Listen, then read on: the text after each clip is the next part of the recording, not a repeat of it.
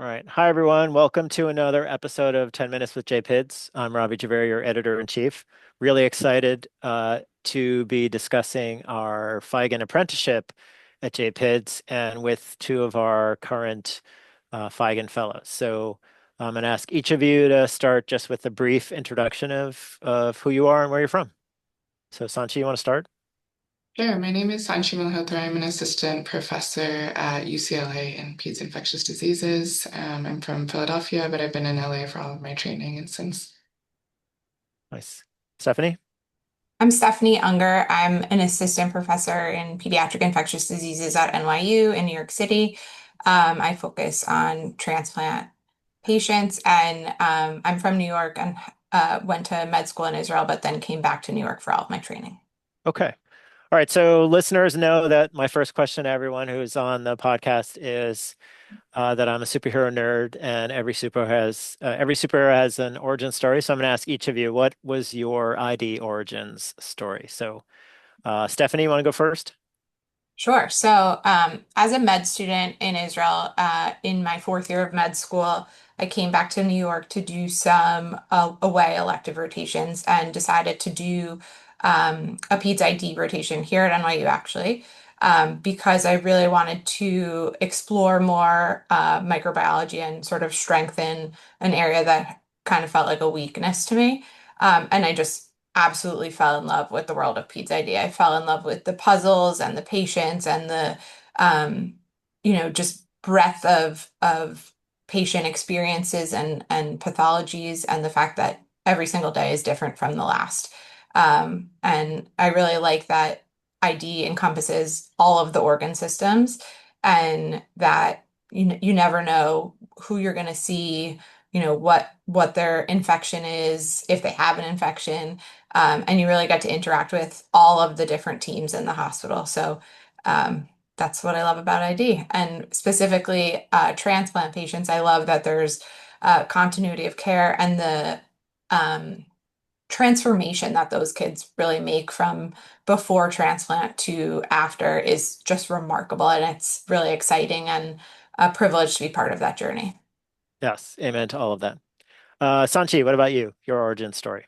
Yeah, I agree with a lot of what Stephanie said, but I think I grew up going to India a lot and I always saw, I think, a lot of poverty and kids struggling. And so I've always been interested in global and public health, and I've always thought peds infectious disease would kind of fit into that nicely. And then I also did a rotation in med school at UCSD with Dr. John Bradley and Dr. Mark Sawyer, and they were really great mentors to work with and really inspired me to join the field. And then I think in residency, similar to Stephanie, I really like thinking about the whole body. I didn't want to pick a specialty where I just have to love one organ. I couldn't choose like that. And then I think I also always had an interest in kind of epidemiology. I thought about doing EIS for a little while. And so now I get to do infection prevention and epidemiology for the hospital at UCLA. And that's been a great way to mesh kind of all of my interests and working with public health still closely. Nice. Okay, so we're here today to talk about the Feigin apprenticeship. So just for those listeners who aren't totally familiar, this is something we started several years ago to allow people to participate on the editorial board, serve as associate editors, and really understand the process, sort of what happens on the journal side when a paper gets submitted, soliciting reviews, making a decision, and then communicating with the authors. And so in the past, we've taken one person. We used to take fellows, and we've changed the program to really take early junior faculty because we felt like that was the right mix.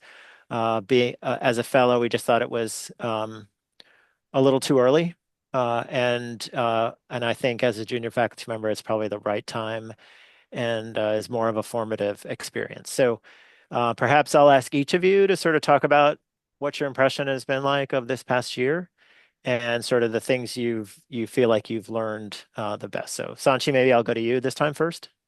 Sure. Yeah, I have really enjoyed doing this. I think it's been extremely educational in terms of what um, you as an editor and what people are looking for from papers, focusing on the so what, focusing on having a clear, concise message. And I also think as an editor, it's taught me a lot about really wanting to help people get their data presented in a way that their readers are enjoying. I think, it used to be scary to submit to a journal and think people are going to reject you or give you feedback, but I think editors actually really want to help you um, present your data in a way that is going to make it shine and then also do well. And I think the associate editors are extremely willing to work with authors, even if, the first pass isn't what we're looking for. I think people are really willing to put in effort and give feedback. And so I've learned a lot from that. And just hearing the other AEs talk, and give feedback, it's been really educational. Okay. Stephanie? Yeah, I agree with everything Sanchi said and feel really grateful to have had this opportunity this year. I think it's been really eye-opening to see the other side of things. It's one thing to do research and work through data and write your paper and go according to like author guidelines and sort of standards, but it's quite another experience to really see things from the other side and see how thoughtful all of the editors are and really working together to make each submission as best as possible, so that it can really sort of, as Sanji mentioned, really your data can shine and we can really spread science and good messages, and really bring out the best that each author has to offer. It's been really, I've learned so much. It's been a really great experience.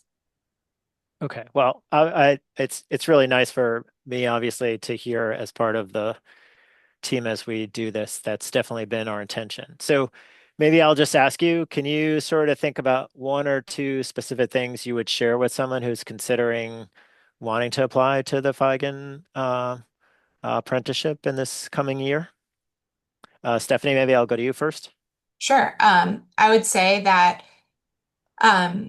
I was definitely intimidated applying. I felt like, oh, I have no editorial experience. Like, why would they want me? And I didn't get chosen my first year out of fellowship, and I definitely was disappointed, but was encouraged to apply again, and was really felt very lucky to be selected this year. And I think just kind of goes to show you, like, you said it, fellowship is not the right time for this. It's really in your early career as a faculty member, and like don't be discouraged and don't feel like even if you don't have editorial experience, that's what this is for. So I think that's really important. Like if at first you don't succeed, try again. Love it. Sanchi, what about you?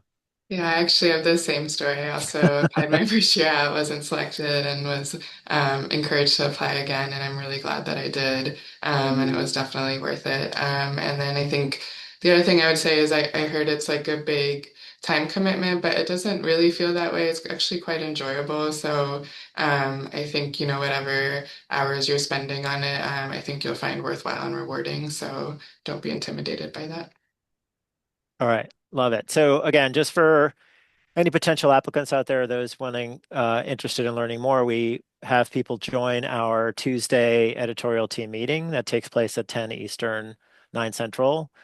We talk for an hour about the papers where we have a decision to make that's not reject or a final accept. It's really about those papers where we're needing to discuss a major revision or a minor revision, or do we consider this further, or should we reject it now after the reviewer comments?